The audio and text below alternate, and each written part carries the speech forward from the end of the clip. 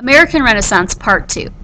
Remember that the American Renaissance took place between 1840 and 1860. It's part of the Romantic period, the last 20 years of the Romantic period. We already talked about the Transcendentalists, which make up part of the American Renaissance, and now we're going to talk about the Anti-transcendentalists. Obviously, Anti-transcendentalism means that they are against the Transcendentalists. Remember, I told you that the Transcendentalists were very positive and they were optimistic and idealistic. The Anti-transcendentalists are the opposite. They have a much darker spirit. In fact, they're called dark romantics, and they oppose Transcendentalism for many things. First, I'm going to remind you of who those writers are that are part of Anti-transcendentalists. Herman Melville, he wrote Moby Dick.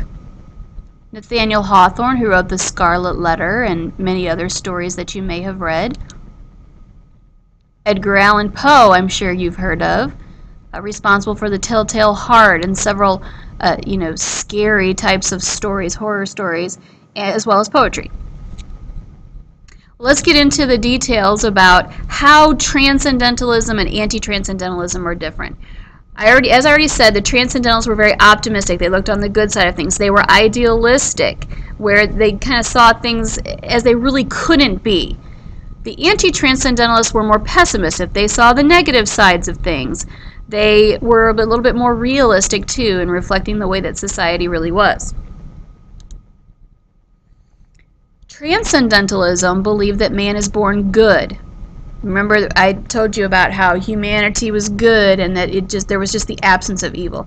They would say that society corrupts man, not that man is born corrupt.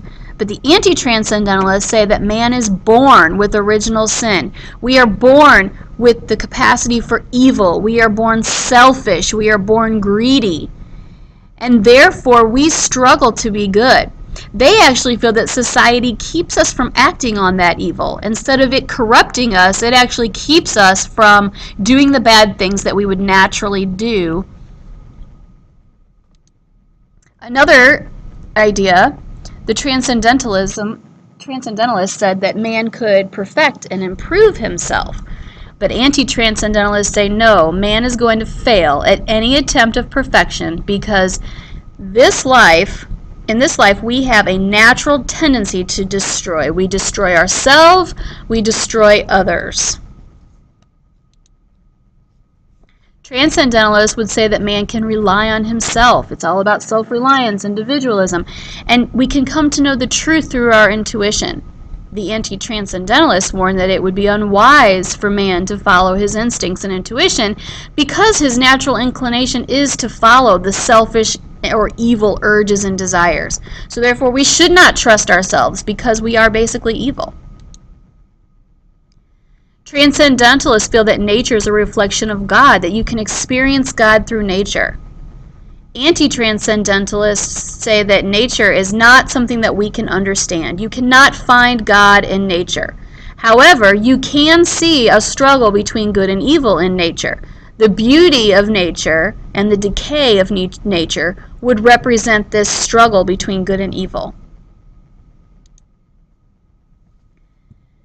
The Transcendentalists would say that solitude and seclusion from society are essential to man's individualism. Like Thoreau, go off and be by yourself, seclude yourself from society. But the Anti-transcendentalists say no, man needs other human beings to fulfill that need for human love and touch. And if we deny ourselves of this basic need, it's only going to lead to evil and destruction. If we don't feel loved, we will be destructive.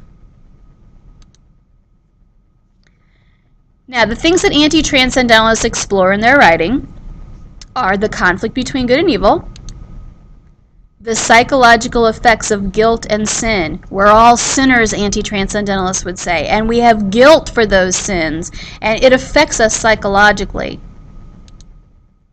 And also the idea of the madness and derangement in the human psyche. Basically going crazy. We'll see this a lot with Edgar Allan Poe. Sometimes it's the guilt of sin that causes us to go crazy, and sometimes it's not. But we'll see that in the writings of Hawthorne as well as Edgar Allan Poe. Those are the writers, the Anti-transcendentalist writers that we'll be reading.